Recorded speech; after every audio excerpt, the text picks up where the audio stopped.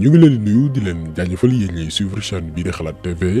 tey nag benn rétrospective la maanaam fàttaliku quelques événements yi fi amoon en 2020 muy année boo xam ni dañuy faral di wax naan bu ren naree ñaaw yàlla na mel ni daaw mais année 2020 bi moom yàlla bu Sénégal dundaat lu mel ci ay kilifa yi fi jógee ci événements sociaux yi fi am ak ci wàllum politique daanaka naqar yi gën a bari waxtu bànneex yi ba tax nañu titre vidéo bii nii 2020 une année maudite année boo xamante nii ñu ngi ñaan mu yóbbaale suñuy musiba te 2021 am beneen xar kanam Sénégal am beneen taxawaay bi gën ci bépp sénégalais moo xam bànqaas bay mën di yëngu.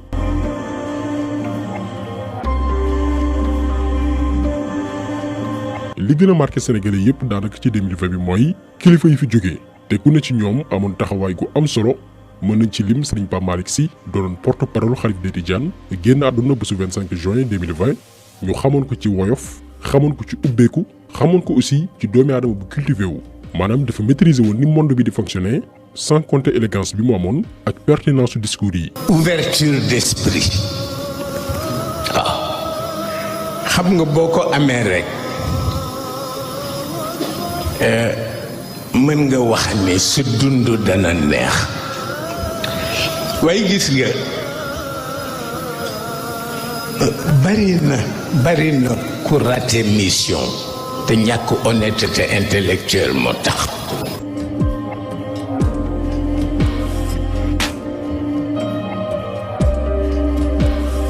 bu weesoo Pape Malick aussi ñoo ngi fàttaliku génn àdduna xalif général Medina Baye di Cheikh Ahmed Tidiane Ibrahima Niass ñu gënoon ko xam ci Papa Cheikh lu yàggul itam ba tey ci njabootu Cheikh Ibrahim Zeyda Mariama Niass génn àdduna taxawaayam aussi kenn dootu ko lamlaamee ci wàllum diine njabootu Laayeen aussi tiis gu métti daloon na seen kaw ci 2020 bi ndax ñoo ngi fàttaliku ñett ci doom xalif général bi yu génn àdduna ci lu matul ñaari fan muy Malick Thiaw Laye soxna Khady Thiaw Laye ak Aïssène Thiaw Laye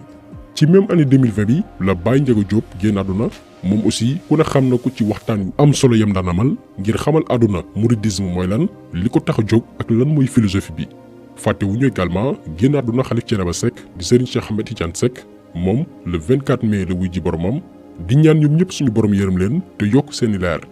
kon li ñu mën a njëkk a jàpp ci année 2020 bi mooy dem na yóbbaale suñu mag yu baax yi muy loo xamante ni néew na ñu koy gis ci histoire du Sénégal maanaam ci benn at këru diine boo jël ñañ fa gën a ràññee ci seen taxawaay daal di wuy ji seen borom.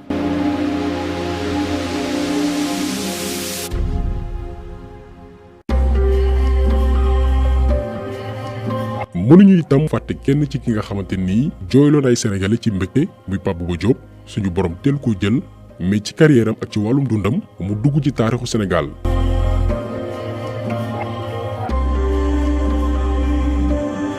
fàttewuñu aussi Pape Diouf doonoon fi président olympique bu Marseille ñuy ñaan suñu borom yërëm leen.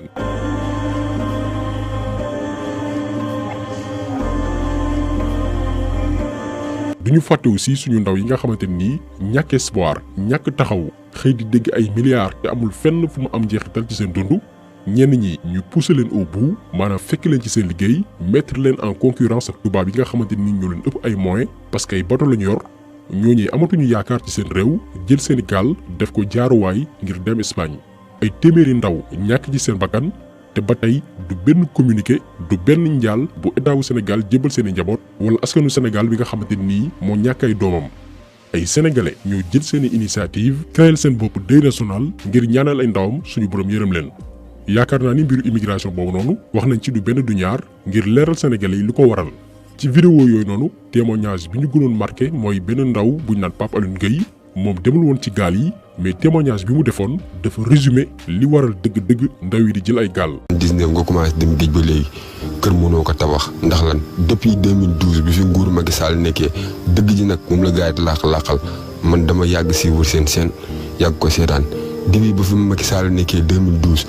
c'est la licence yi te nag. licence yi ni nga xamante nii waa Mauritanie moom la ñuy jox ñu ne waa Mauritanie dañu may licence yi waa Mauritanie mayuñ ñu benn licence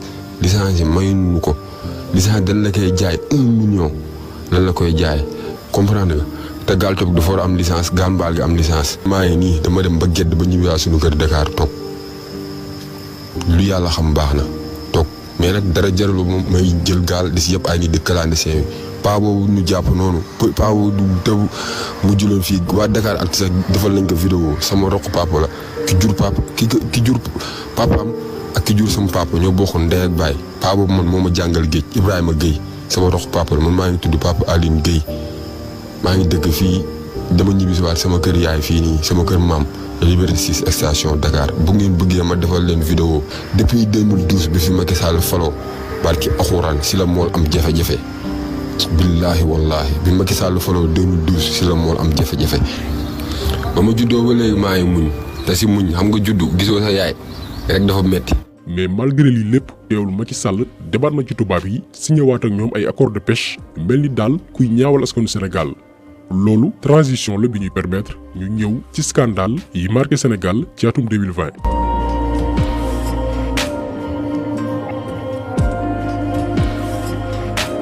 dañ koy tàmbalee d'abord ak fi Sénégal toll ci wàllum corruption ak sàccum xaalis la ko tàmbalee 2016 jàpp 2020 loolu Birahim Seck bokk ci société civile bi indi woon na ci ay leeral yu am solo. Sénégal maanaam génnagul ci goutte gi mu nekkoon depuis 2016 ak li ko wees parce que depuis 2016 ñu ngi doon liggéey pour que note yi gën a avance mais depuis 2016 note Sénégal yokkuwul 45 la yem 45 2016 sur 100 45 sur 100 en 2017 45 également en 2018 45 en 2019. benn ci scandale yi am Sénégal te Pape Alé Niang defoon ci livre sukkandiku ci rapportu OFNAC mooy bu gudd bi te Cheikh Oumar Anne jiite woon ko. ñoom bañ commencé di enquête dañ dem ba ci biir gis lu gën a garaaw. gis na chaque 10 jours dafa am kenn kuy jël 150 millions nee na ay légumes la koy jëndee. 150 millions si légumes kese. waaw moom lu muy jëndee yàpp boobu. 150 millions de ay légumes mais 150 millions yooyu chaque 10 jours boo ko jëlee ci weer bi mu jox la 450 millions. wàllum scandale aussi mënul raw li ñuy wooye corona business ndax ku ne xam ne ni gannaaw ba jàngoro ji duggee suñu réew Sénégal mosul woon jël ay responsabilités am maanaam jël ay mesures yu dëppook suñu réew ni muy fonctionner ñun daal dañoo toppoon ci ginnaaw France ba tey sax ñoom bu ñu jëlee seen réew ndogal sa ëllëg sa Sénégal topp ci maanaam ni ñuy gérer pandémie bi mooy copier-coller toppandoo France. doomi France moo njëkk a dugal jàngoro ji ci biir réew mi taxul Macky Sall jël ndogal pour dàkkal dem ak dikk ci réew bi di France parce que Macky mi ngi bañ Macron mer. jeudi 12 mars France tëj ay école am ak ay université am gannaaw suba ga maanaam samedi 14 mars Macky Sall toppaat Macron maanaam toppandoor tëj école yeeg université sénégalaise yi. mardi 17 mars 2020 Macron démarré li nga xamante ni mooy confinement biir France instauré li nga xam ni mooy couvre-feu. lundi 23 mars maanaam juróom benn fan lañ ci teg Macky Sall moom itam jël ndogal décrété couvre-feu. lundi 13 avril Emmanuel Macron xam le ni école française yi daañu leen ibbi ndànk-ndànk lu ko tàmbalee le 11 mai. le 29 mai Macky Sall moom itam jël ndogal ne élèves yi nekk en classe d'examen daañu reprendre li nga xam ne mooy seeni cours la ko tàmbalee 2 juin. Macron prolongé waat li nga xam ne mooy confinement bi biir France Macky Sall moom itam prolongé waat li nga xam ne mooy couvre-feu biir Sénégal ba le 2 juin. ba ci discours booy xool day toppandoor Macron dafa def discours ne nous sommes en guerre maanaam dañu nekk ci xare. nous sommes en guerre. Macky Sall moom itam defaat discours ne nous sommes en guerre. Pour moi, une véritable guerre mondiale s'est déclenchée contre cet ennemi commun.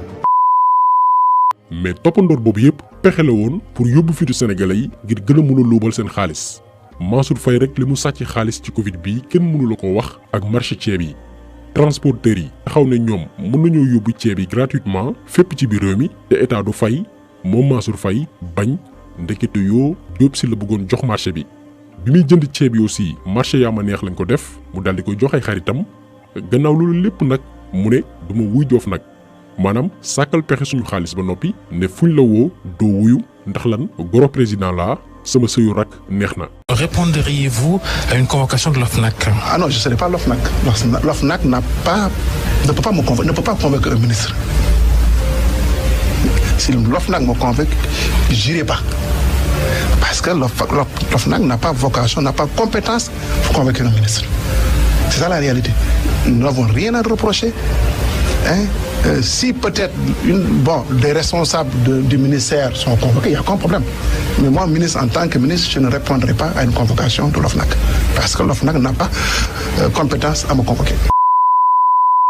gannaaw scandale Covid bi ñu ngi fàttaliku ci scandale Abdou Karim Sall bi moom mi fi sàccoon suñu gazelle Oryx ba noppi daal di koy dibi ñuy wax yeggaleeguñu mu ne maa tey je suis à l'aise. dama ne franchement je suis très à l'aise parce que li nga xam ne am na amu ci lu ci irrégulier amu ci lu ci lëndëm amul lu ci lu ñuy lax transfert yi ça a été fait dans les règles et dans les règles yi nga xam ne yu ñu waroon def yëpp def nañ ko.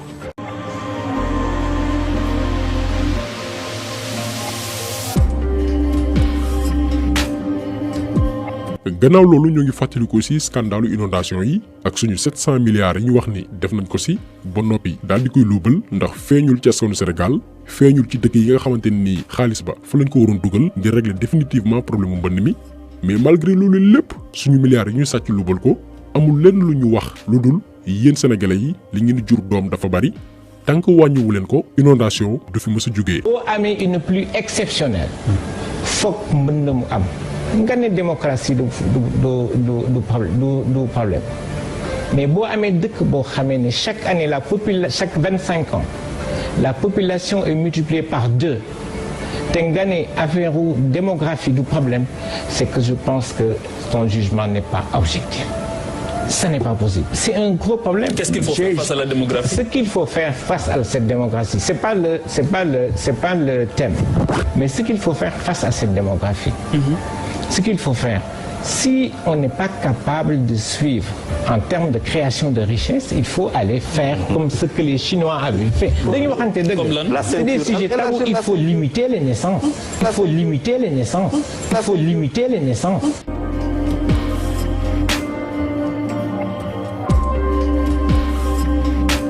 coowal suuf aussi bokkoon na ci lu marqué Sénégal ci atum 2020 bi biñ ci mujjee woon traité mooy kaw terme sud bi ay famille militaire yu ñu génne woon ngir lan protéger intérêt wu yeneen haut gradé. Comico moo dem Yoff fi école Air Afrique ne woon ñoo wax ak Ablaye Wade nee na ko jox terrain foofu da koy jox militaires yi pàcc bu ne la ñu jox leen ko ñu ñëw séddoo ko ci ñaar fukki officier ak juróom-ñeent. keroog bañ ko séddoo coow li jóg biir armée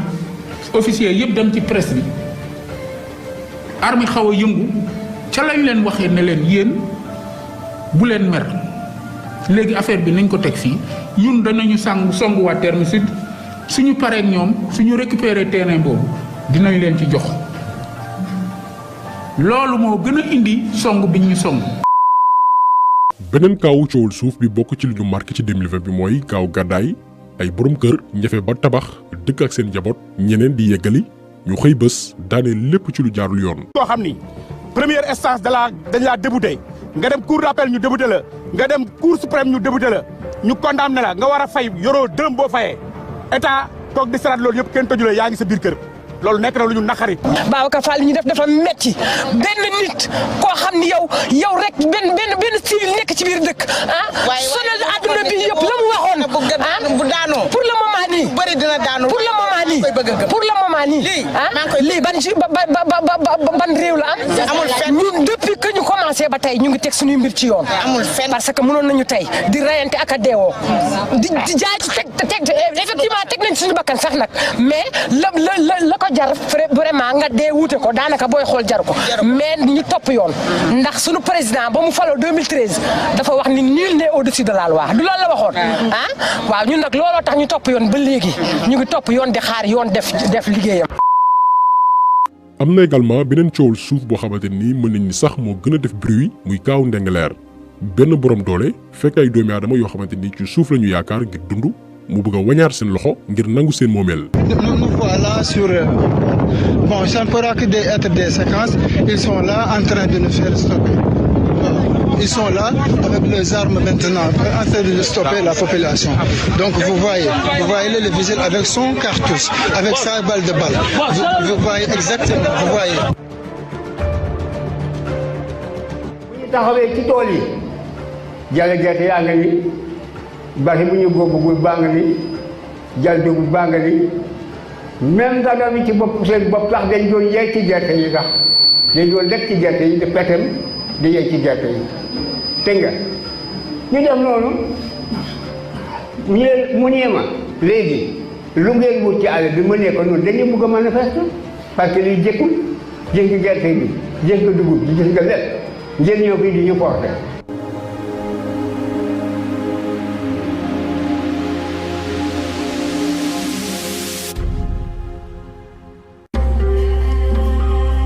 mais li marqué Sénégal gépp ci histoire Ndingler mooy dañu retrouver ay valeurs yoo xamante ni dañoo yaakaaroon ni amatul Sénégal ndax ñu bari dañoo jàpp ni sénégalais xaalis kese la gëm boo ci amee lu bëree bari mën ngaa jënd ku ne. loolu la Babacar Ngom tante woon ngir tëj làmmiñu waa village yu Ndingler mais mu jàmmaarloo woon a nguur su am jom ku am dignité ku am lu muy jomb muy góor gi Abdoulaye Dione ndax ba ko Babacar Ngom bëggee corrompre daf ko ne demal Dakar ci néew di doole nga dimbali leen am nañu ko gën a yayoo. bu yori doomam ci oto bi doom bi ñëw indi ak 2 millions ne ma am 2 millions bi jox ko dëkk bi ñu jox ko njëg guro ma ne ko man 2 millions tekkiwuma ko ñu di ko joxe njëg guro mosuma koo gis suñu tool yi ñoo ëpp seen 4x4 yi ak seen pasron yi te su ma la ko waxoon ne may ma ci benn 4x4 ak sa pasron ak caabi di nga bañ te suñu suuf yee ëpp du ñu soxlawuñu sa xaalis tey de soxlawuñu ko ëllëg dégg nga te 2 millions boobu yóbbu ko Carrefour Colobane ñi fa nit mel te néew doole mu nga fa yóbbu ko foofu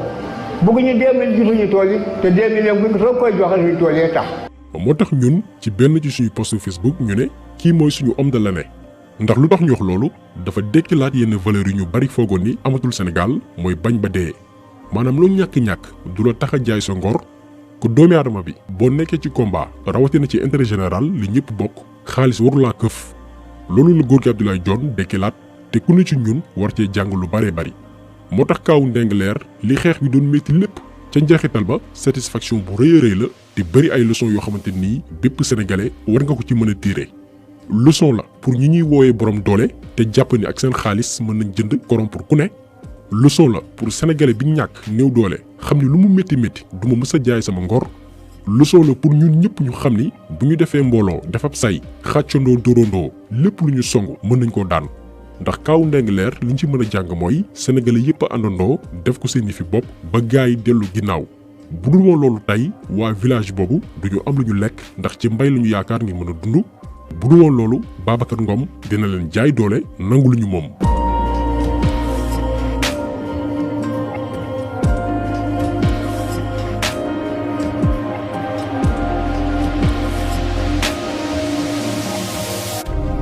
En 2020 aussi année bu xoromu la ndax am nañ fay faux prophète xam naa ni sax moom lañ koy jeexalee wàcce tempo bi tuuti ndax Sénégal aussi réewu comédie la moo tax sax parfois ñuy fàtte suñu problème di ci profité aussi di baalu ak ñëpp ndax wax yombul rawatina nga dëkk di wax régulièrement di nga wax heurté doomi aadama di nga wax benn abonné gis ci boppam te moo di jubluwoo ci woon loolu jubluwoo ci woon blessé doomi aadama moo tax dañuy baalu ak ñëpp di jéggalu encore une fois di wax aussi yàlla bu yaakaar tas yàlla 2021 dàq 2020 te mu gën ci ñun ñëpp. kon dañ koy jeexale ak faux prophètes yi muy événement yu marqué 2020 ngir wàccee tuuti atmosphère bi.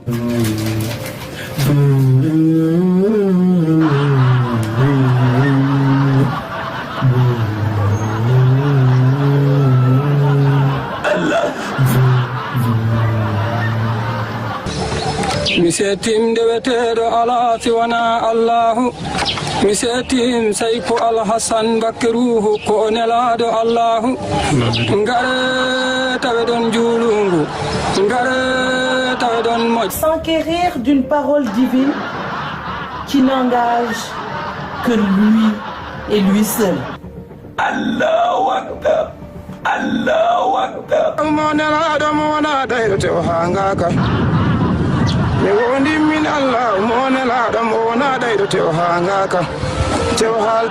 Armée s'organiser, à entrer en vigueur, loyalement,